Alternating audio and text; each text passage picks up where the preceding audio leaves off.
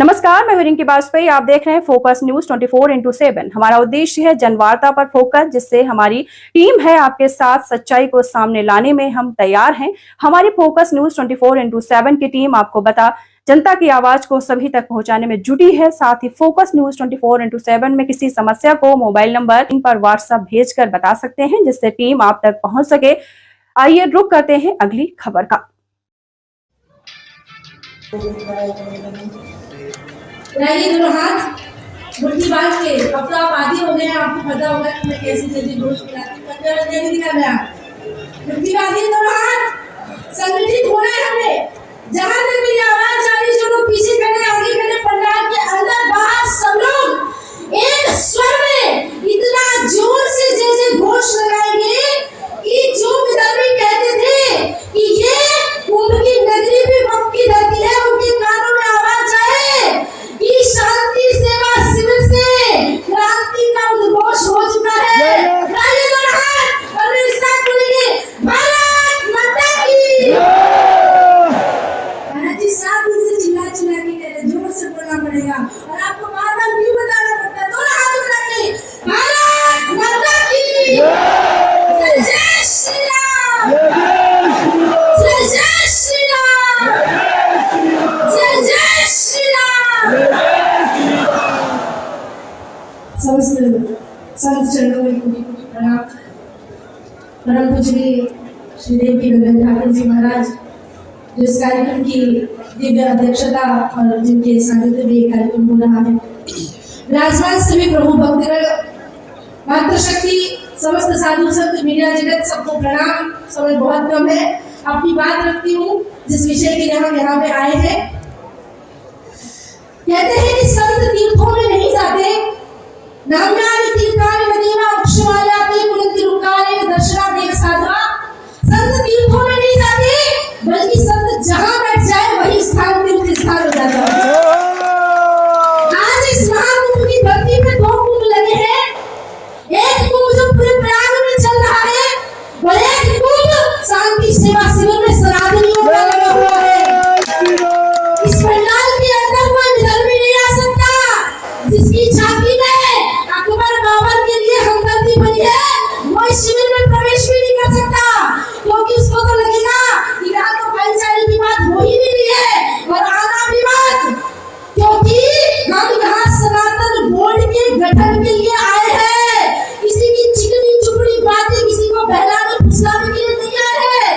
सनातन board का गठन हो, उसके लिए आज इस मंच से जब हमारे देश के संत एक श्रृंखला में खड़े होकर के, आचार्य चरण खड़े होकर के, हमारे कथावाचकों के सिरमौर मुकुट देवकी नंदन ठाकुर जी खड़े हो जाते हैं, तो गर्व से हृदय चौड़ा होता है और मुख से आवाज आती है कि क्या हो गया था हमारे देश में और अब क्या चाहिए देश को। ये बताना चाहती हूँ कि कातिलों की मुक्ति का विधान हो गया यहाँ। आज देशद्रोही भी महान हो गया यहाँ। एक मोहल्ले ने देशभक्ति को डरा दिया, कातिलों की टोलियों को रहनुमा बना दिया।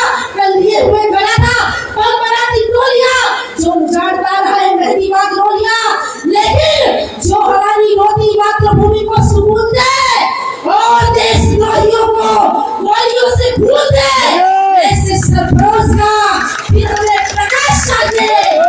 देश के लिए प्रिय पटेल और सुभाष चाहिए, जहाँ हर एक संत क्रांतिकारी बैठा है। यार मंच से एक बात बताती हूँ, बहुत जल्दी अपने वाक्य को विश्राम करूंगी। एक जंगल में आग लगी, बड़े ध्यान से सुनना, मैं बहुत सजगता से ये बात बताने के लिए आई हूँ और हर जगह बताती हूँ। एक जंगल में आग लगी तो बहुत सारे जानवर पशु पक्षी वहां से उड़ के जाने लगे। तो उस जंगल में एक तितली लगी, वो रोने लगी, जिस जंगल में मैंने जन्म लिया, अन्न खाया, पानी पिया, वही जंगल मेरी आंखों के सामने धू-धू करके कैसे जल सकता है। तितली झरने में जाती, चोंच में जल भरती और जंगल में डालती, कौओं का एक झुंड वहां से उड़ा और कहने लगा, अरे तितली, तेरे जरा सी चोंच के जल से जंगल की आग नहीं बुझने वाली। तितली ने कहा, ये बात मैं जानती हूँ, मेरे जरा सी चोंच के जल से जंगल की आग बुझने वाली नहीं है, पर जब भी इस जंगल का इतिहास सामने आएगा, मेरा नाम आग बुझाने वालों में और तुम्हारा तमाशा देखने वालों में आएगा। यहाँ बैठा हुआ हर सनातनी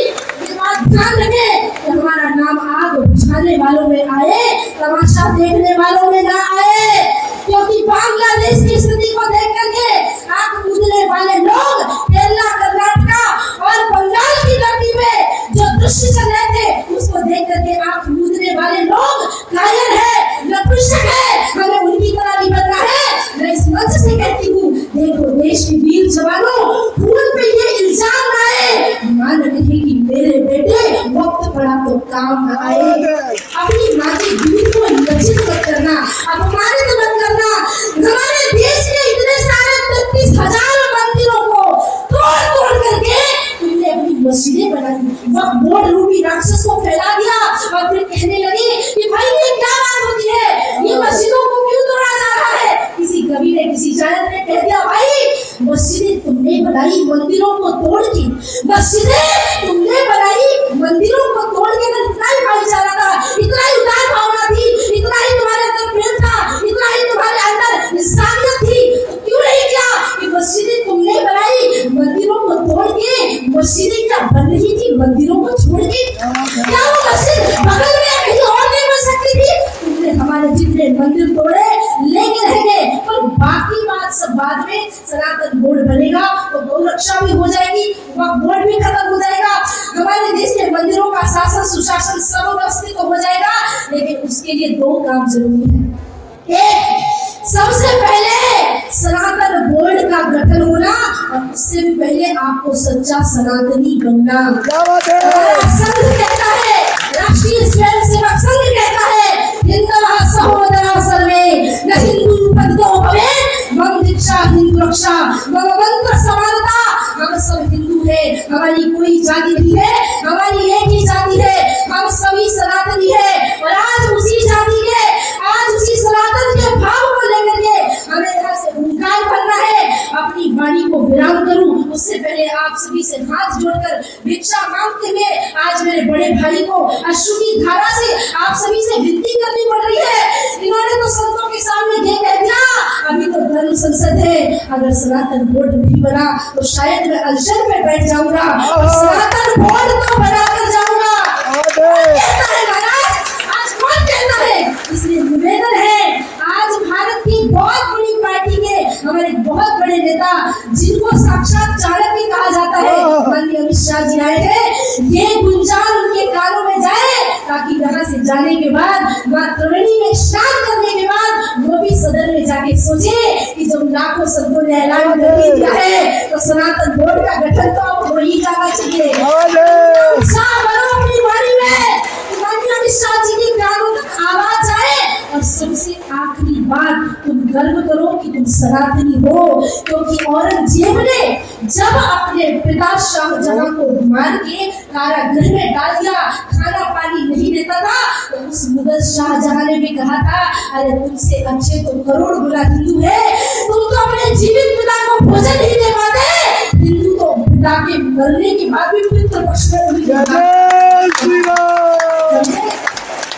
आपसे हाथ जोड़ के विनम्र चरणों में प्रार्थना करती हूँ कि आंधियां चलने लगी, अब ज्वार को पैदा करो, कंठ में क्रंदन नहीं, अब रोने का समय चला गया। संतों ने कहा देश के लिए मरेंगे, कितने लोग मरेंगे भाई, देश के लिए मरने की बात खत्म करो।